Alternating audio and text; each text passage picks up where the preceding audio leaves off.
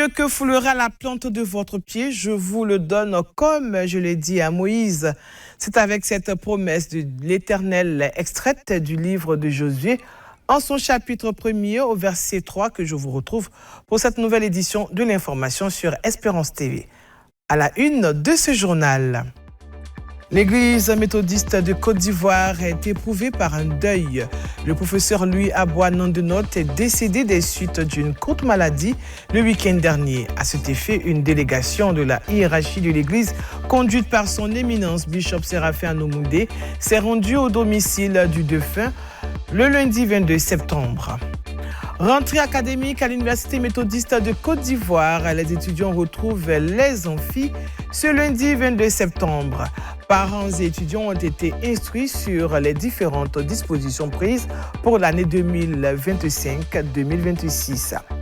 Et puis du sport dans cette édition, Ousmane Dembélé remporte la 69e édition du Ballon d'Or 2025. Shalom à tous et à toutes et bienvenue au journal sur Espérance TV. L'Église méthodiste de Côte d'Ivoire est éprouvée en ce moment par un deuil. Le professeur Louis Aboua Nandenote, ex-président national des laïcs, est décédé le samedi 20 septembre 2025 des suites d'une courte maladie. Une importante délégation de la conférence de l'Église méthodiste de Côte d'Ivoire, conduite par le premier responsable de l'Église, le bishop Séraphin Anomoudé, s'est rendue ce lundi 22 septembre au domicile du défunt pour apporter le soutien du peuple méthodiste, comme vous pouvez le voir sur ces images d'Emmanuel Abalé. La journée du soldat méthodiste a été célébrée le dimanche 21 septembre dernier dans le district de Jacquesville. Cette journée a été marquée par une action sociale menée par le bataillon des Boys and Girls Brigade auprès de la communauté méthodiste de Goyem. Regardez. La religion pure et sans tache devant Dieu notre Père consiste à visiter les orphelins et les veuves dans leurs afflictions et à se préserver des souillures du monde. C'est fort de cette recommandation contenue dans le livre de Jacques chapitre 1, le verset 27, que le bataillon des Boys and Girls Brigade du district de Jacquesville a célébré le dimanche 21 septembre 2025 la journée du soldat méthodiste dans le champ de mission de Goyem.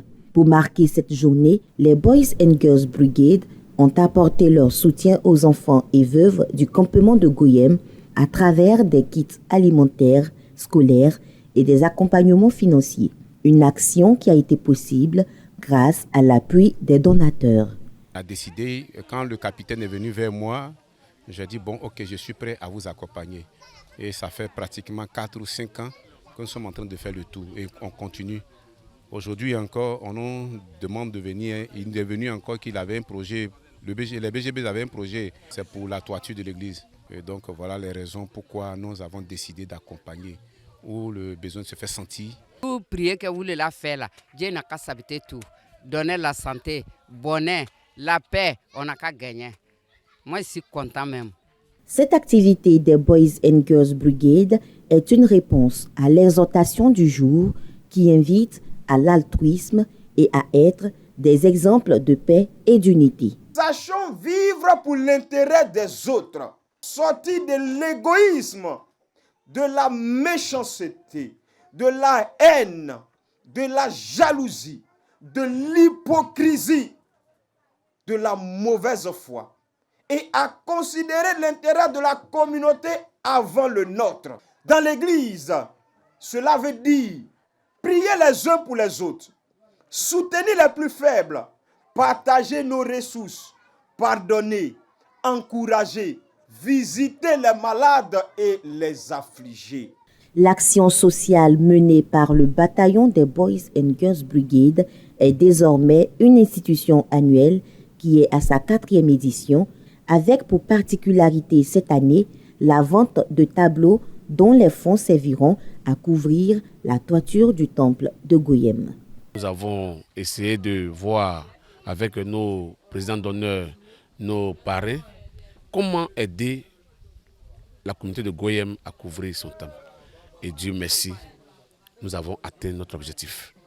L'église de Goyem sera couverte d'ici les 3 à 4 mois qui arrivent et nous allons revenir pour rendre grâce à Dieu pour ce qu'il a fait pour nous et aussi pour l'église de Goyem.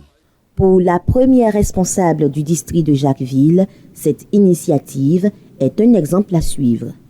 C'est vraiment une très bonne initiative parce que ce que même les grandes églises devaient faire n'ont pas pu le faire, mais c'est une structure, un tout petit groupe des BGB et des éclaireurs unionistes qui ont pris cette initiative de venir aider cette communauté. Nous apprécions l'acte que ce mouvement pose pour aider surtout nos champs de mission. Comptant sur l'aide de Dieu et l'intervention des âmes généreuses, la communauté méthodiste du champ de mission de Goyem, forte d'une 50aine de membres, garde le cap sur l'achèvement de son temple afin d'être érigé en église locale. C'était là le reportage de Esther Palais, de Marcel Dalikofi. L'actualité au niveau de l'église, c'est aussi les cultes d'au revoir des pasteurs qui sont appelés à exercer sous d'autres cieux. Ce dimanche, 4 de nos bergers se sont essayés à cet exercice après plusieurs années de service. Rendons-nous à Sinaï d'Angré, Angré-Bessikois et à Beaunois. Que les visites dans les familles continuent. Que le soutien aux nécessiteux continue, que la rentrée de la solidarité continue, que les veuves continuent d'être prises en charge, que les orphelins de Sinaï continuent d'être pris en charge, que cette communion fraternelle, que dégage cette communauté, se voit à l'œil nu partout où l'on entend parler de Sinaï. Bien-aimés, que l'amour soit le socle de votre rencontre en tout temps. Un sacerdoce pleinement accompli durant son passage dans cette communauté de Sinaï d'Angré-Bessikois. La très révérende pasteur Catherine Tropossou, aumônière du département de la jeunesse, par ailleurs en charge de cette communauté, s'est vue célébrée par ses fidèles pour le travail abattu. Toujours à l'écoute de ton peuple, oui, toujours à l'écoute de ton peuple. Tu étais prête et tu donnais chaque fois le conseil qu'il fallait, la vie qu'il fallait pour décanter une situation. Chargés de présents pour marquer leur reconnaissance, amis et invités de distinction se sont mobilisés. Après avoir servi avec amour, persévérance dans ce lieu, elle rejoint une autre communauté, mais c'est une grâce. C'est une grâce parce qu'elle continue l'œuvre et elle nous a invités à servir le Seigneur avec amour. Notre très révérend Tropossou, qui est aussi l'aumônière de notre diaspora. À cette occasion, nous avons retenu le témoignage qui lui a été rendu et nous nous souhaitons beaucoup de courage pour le ministère qu'elle est en train d'accomplir. Que nous avons appris à œuvrer ensemble. Nous voulons simplement demander au Seigneur de l'accompagner, de bénir son ministère et de lui accorder, d'élargir l'espace de sa tente. Prenant la parole, en tant que responsable de cette paroisse, la très révérende pasteur Catherine Tropossou a manifesté le désir de les voir progresser comme entamé depuis son arrivée en 2019. C'est un champ de mission de 2 ans qui a vu en son sein un pasteur. Je reconnais que ce n'a pas été facile parce que c'est un champ de mission, mais Dieu qui s'est envoyé et pouvoir à combler. Et nous disons merci à Dieu. Je prie que toutes les fois que les réunions de mouvement de réveil se tiennent, que non seulement les membres du mouvement, mais en même temps toute la communauté puisse se joindre comme d'habitude pour continuer l'œuvre. Désormais en poste à l'église Nazareth de Bonoumen, la très révérende Tropossou a su marquer positivement les cœurs et les esprits.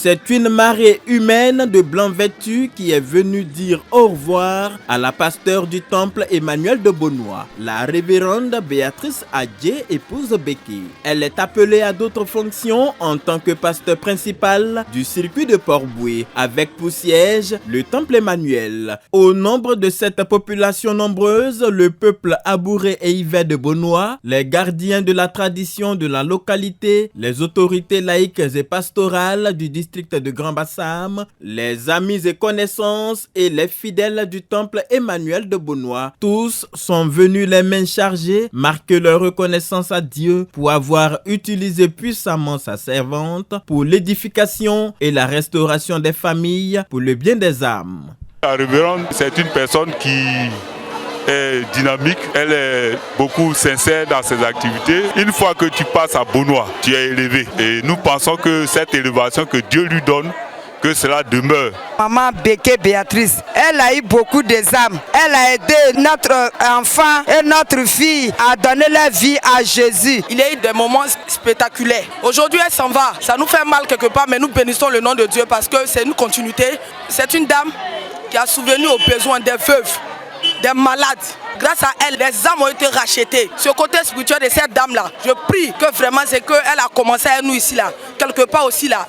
Les autres reçoivent cette même grâce que nous avons eue. Dans son message sur le thème la reconnaissance, inspiré de Luc 17, 11 à 19, la révérende Béké Béatrice a appelé les églises locales de Beaunois à maintenir allumée la flamme de l'évangile, ravivée depuis une décennie. Le dernier conseil que je voudrais te donner, va à Jésus. Aucune eau ne peut faire ce que Jésus peut faire. Aucune forêt ne peut faire ce que Jésus peut faire. Aucun parent ne peut faire ce que Jésus peut faire. Que tu sois noir, que tu sois blanc, que tu sois pauvre, que tu sois riche, Jésus ne fait acception de personne. Sous l'auspice de cette femme de foi, l'église Emmanuel de Beaunois possède aujourd'hui un presbytère équipé des bureaux, une salle de réunion et une salle de classe pour l'école du dimanche. Prenant la parole au cours de ce culte riche en animation et en émotion, le surintendant du district de Grand Bassam, très révérend Raymond Claude Akafou, a salué l'œuvre et le ministère de la révérende qui pour lui a été à la hauteur de la tâche à lui confiée par la conférence de l'église méthodiste de Côte d'Ivoire. Il lui a prodigué des conseils pour le nouveau défi. Je suis très heureux aujourd'hui de dire que la révérende Béatrice, je voudrais lui souhaiter une pleine réussite dans sa nouvelle aventure professionnelle. C'est une autre expérience qu'elle va vivre. C'est une étape importante et amplement méritée. La révérende pasteur Béatrice Béké, responsable de la cellule d'évangélisation classique, laisse son premier poste pastoral et part pour la gestion d'un circuit. Elle sera remplacée par le révérend pasteur Donald Béké Romaric, originaire du district missionnaire de Gagnoa. Après le culte de revoir de la révérende pasteur Béké Béatrice et de la très révérende pasteur Troposou Catherine, rendons-nous respectivement dans les districts d'Anyama et d'Abengourou où les révérends pasteurs Wei Clovis et Dibi Roméo ont également rendu grâce à Dieu pour le temps passé en tant que berger dans ces localités. Septembre 2020, septembre 2025, voilà 5 ans que le pasteur Wei Adjé Clovis est en charge du secteur d'Anyama à Djamé. Il a été affecté sous d'autres cieux à Mbokru pour exercer son ministère pastoral. Pour lui dire au revoir, les fidèles de la communauté, sa famille, ses collègues dans le ministère et les âmes gagnées, vêtues en uniforme, sont venus les mains chargées rendre grâce à Dieu pour la vie de cet homme de foi. Plusieurs parmi eux rendent témoignage de lui, un instrument entre les mains du Seigneur pour l'édification de la population. Et pour moi, c'était un juste devoir de redonner à ce serviteur-là ce qu'il avait tant offert à notre communauté ici villageoise du circuit d'Anyama. Donc aujourd'hui, c'était vraiment venir le soutenir, montrer qu'on tenait à lui et qu'on reconnaissait son œuvre à travers cette don-là que nous avons fait. La construction de l'école primaire méthodiste, pour moi, il n'y a pas plus grand témoignage, plus grand héritage qu'il laisse à la communauté villageoise d'Anyama Djamé. Il rendait visite à tout le monde. Il ne considérait pas ton appartenance religieuse. Il passait dans toutes les cours. Il disait bonjour. Il priait pour les gens. Et cela m'a marqué.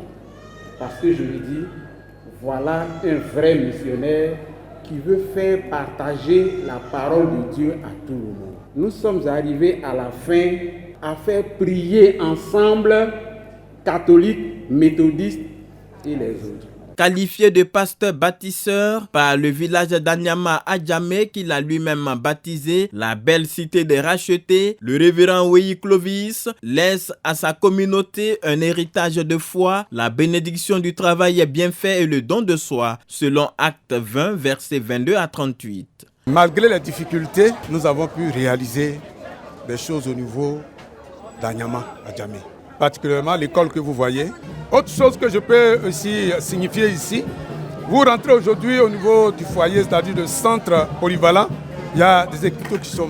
Notre force se trouve dans le Seigneur. Nous avons amené la chefferie à comprendre qu'auprès de Jésus-Christ de Nazareth, nos traditions puissent avoir une importance. Titulaire d'une licence en théologie option leadership transformationnel, son sens de l'écriture lui a permis de sortir une œuvre littéraire intitulée « Quand la foi bâtit la cité ». Fier du travail effectué par son cadet dans le ministère, le très révérend pasteur David Kwadio, sous-directeur de l'Institut supérieur de théologie d'Abadjendoumé, a remercié la marraine de la cérémonie, le chef du village et toute l'assistance pour le soutien apporté au pasteur. Le révérend Wei Adje Clovis reste un témoignage vivant de la présence de Dieu au milieu de son peuple. Son déplacement pour Jacquesville est un appel à la prière à travers son programme spirituel Ciel ouvert qu'il demande à Anyama Adjamé de garder jalousement.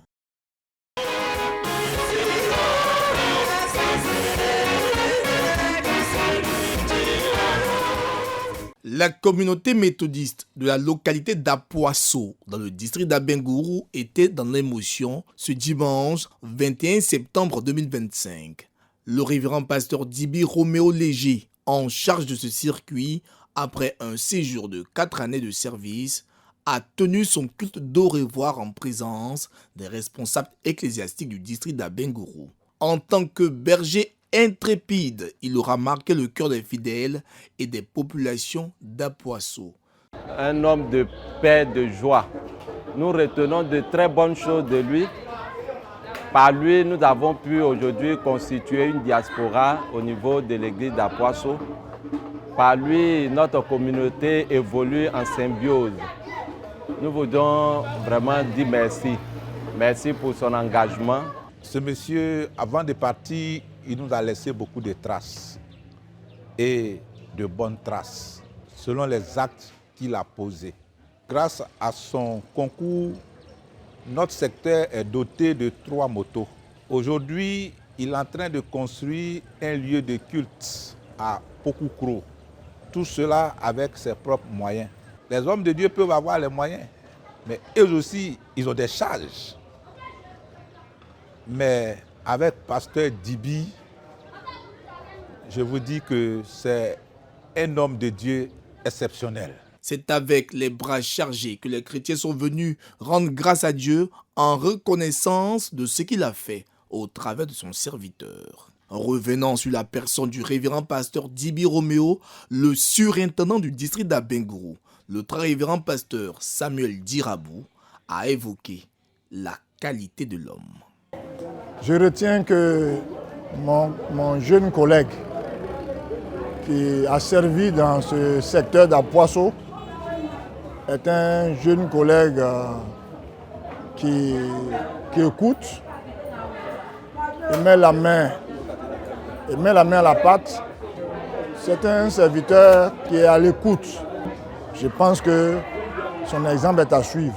Et nous prions le Seigneur de pouvoir lui donner les capacités de maintenir le cap pour que, au niveau de la collaboration avec ses aînés, avec ses supérieurs et ses collègues, le Seigneur les aide à pouvoir réussir la mission pour atteindre les objectifs. Pour son message de revoir, le révérend Dibi Roméo, s'appuyant sur le passage de Deutéronome 30, versets 15 à 20, a exhorté les fidèles à faire le choix de vivre en s'attachant à Jésus-Christ Les 4 années que nous avons eu à faire dans ce district d'Abengourou, bien plus dans ce secteur d'Apoisson, nous avons vécu des hauts et des bas. Et c'est cela le ministère. Nous avons eu des moments de peine, de douleur, beaucoup de doutes quant à des équations à résoudre, des problèmes à régler, des difficultés à surmonter. Mais je vais avouer que Dieu ne nous a pas abandonnés. Il nous a permis d'avancer par petites touches. Il nous a permis de faire ce que nous pouvions faire. Parce qu'à la vérité, il n'est pas possible que le serviteur de Dieu puisse tout faire en même temps. Dieu nous a permis de faire notre part. Nous lui disons merci et nous le bénissons pour les hommes qu'il a mis autour de nous pour réaliser ce travail. Notre prière est la suivante. Nous en allant, qu'il permette simplement que le travail continue, qu'il bénisse davantage son œuvre ici. C'est sur une note de gaieté que s'est achevée cette célébration avec les chorales de Zaranou et de Clolet. Autre chose, partie antique qui, depuis le 10 septembre, les pèlerins chrétiens de Côte d'Ivoire sont de retour depuis ce lundi 22 septembre. En début d'après-midi, ces chrétiens d'obédience protestante étaient heureux de retrouver leur famille et leur communauté respective. Au niveau de notre église, c'est le comité méthodiste des échanges et voyages qui a accueilli ces pèlerins à l'aéroport international Félix Houphouët-Boigny. Lionel Niaba, Raphaël Dompé.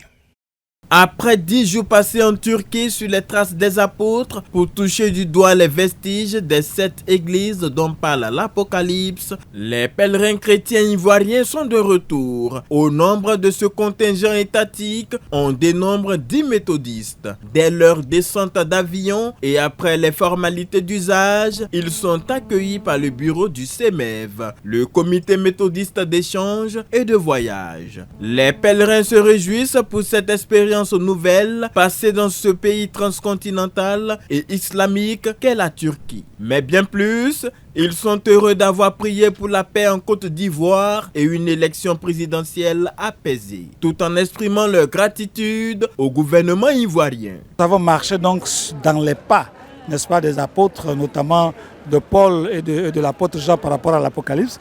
Donc c'est des choses qui nous repositionnent et qui nous donnent une nouvelle manière, n'est-ce pas, de voir ces choses-là. Nous les avons entendues, mais là, nous sommes allés toucher.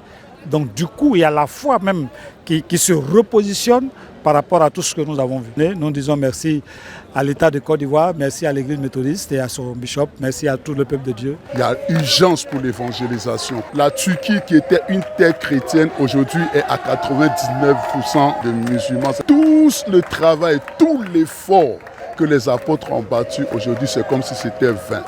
Donc ça nous interpelle en tant que chrétiens, en tant que méthodistes, à nous lever.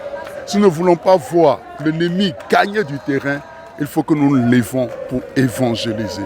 Nous avons vu où le grand théâtre, où l'apôtre Paul a prêché l'évangile. Ces élus de Dieu ont bénéficié du soutien du bishop Séraphin Anomoudé, président de l'église méthodiste de Côte d'Ivoire. Soutien traduit pour l'occasion par le comité méthodiste d'échange et de voyage.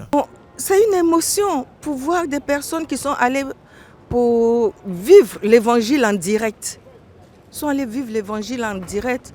Je suppose qu'ils vont revenir avec plein de grâce, qui vont communiquer. Certainement qu'ils ont prié pour la Côte d'Ivoire, ils ont prié pour l'église, ils ont prié pour les autorités de toutes sortes. Donc vraiment, c'est émouvant. Le CEMEV, Comité méthodiste d'échange et de voyage, est une structure de la conférence de l'Église méthodiste de Côte d'Ivoire, mise en place en 2015 et gérée par Jean-Claude Niagra. Puisse Dieu exaucer les prières de ses pèlerins. Parlons enseignement supérieur. Les étudiants de l'Université méthodiste de Côte d'Ivoire retrouvent les amphis à la faveur de la réunion de rentrée de cette institution. Parents et étudiants ont été instruits sur les différentes dispositions de l'année académique 2025-2026. On regarde. C'est une tradition. À chaque rentrée académique, l'administration de l'Université méthodiste de Côte d'Ivoire rencontre les étudiants et leurs parents afin de leur donner des orientations. Pour cette année académique 2025-2026, ce sont les amphithéâtres Bishop Benjamin Boni et Yed Esaïe Angouran qui ont servi de cadre d'échange avec les nouveaux étudiants. Dans son discours inaugural, le professeur René Nyalega, président de l'Université méthodiste de de Côte d'Ivoire a donné la vision de cette institution et rassuré les parents et les apprenants sur la qualité de l'enseignement dispensé. C'est une université excellente qui remplit les critères d'une vraie université au niveau national et au niveau international. Grâce au processus de réorientation, nous sommes à plus de 1000 étudiants inscrits en première année cette année.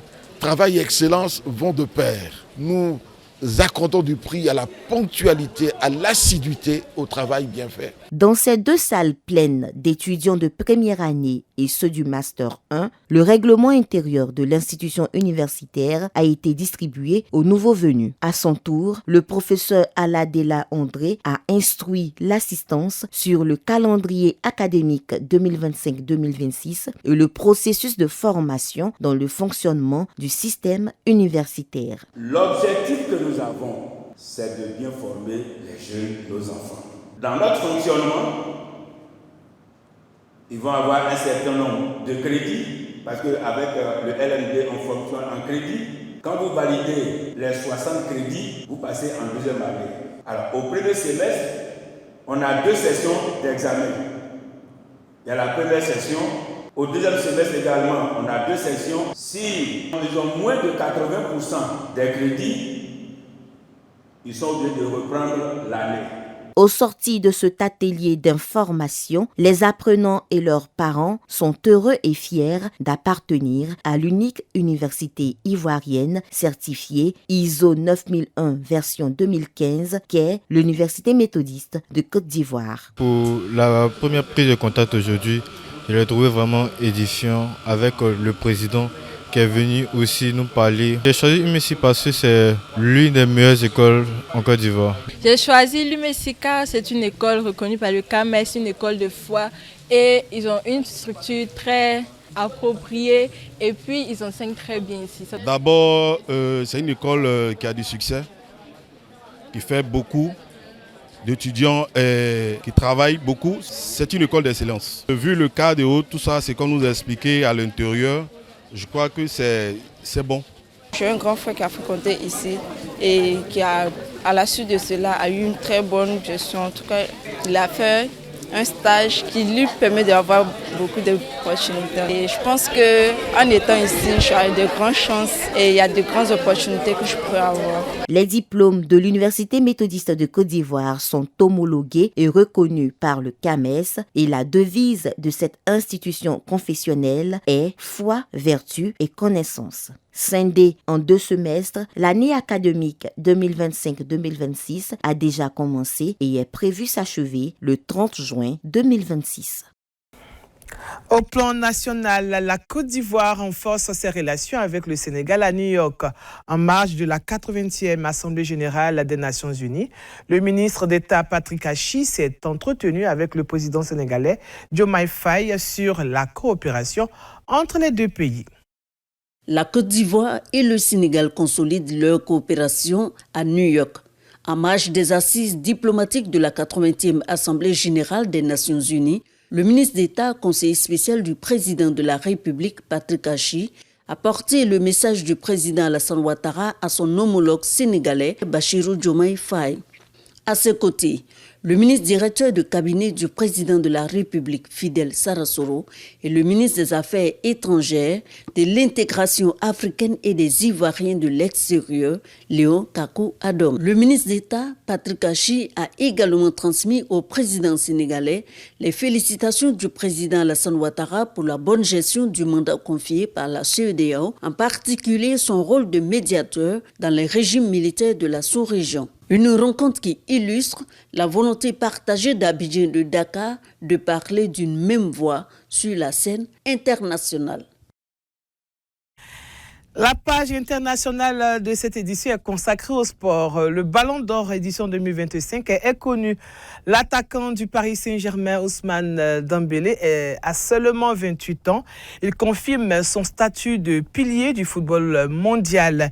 Il remporte la 69e édition du Ballon d'Or 2025. Ousmane Dembélé, sacré meilleur joueur du monde à l'issue de la cérémonie du Ballon d'Or 2025. L'ailier français s'adjuge ainsi la prestigieuse récompense individuelle. Cette 69e édition a également été marquée par la présence de 2 joueurs africains dans le top 10. L'Égyptien Mohamed Salah, auteur de 57 buts cette saison avec Liverpool, termine au pied du podium à la 4e place à 33 ans. De son côté, le Marocain Achraf Hakimi s'est hissé à la 6e place. Le défenseur du Paris Saint-Germain sort d'une belle saison ayant remporté la Ligue des Champions, la Ligue 1, la Coupe de France et le Trophée des Champions avec son club. Autre performance, celle du Guinéen Serhou Guirassy qui figure pour la première fois dans le classement. L'attaquant du Borussia Dortmund se classe 21e, fort de ses 21 buts cette saison et de ses 15 sélections avec le Sili national.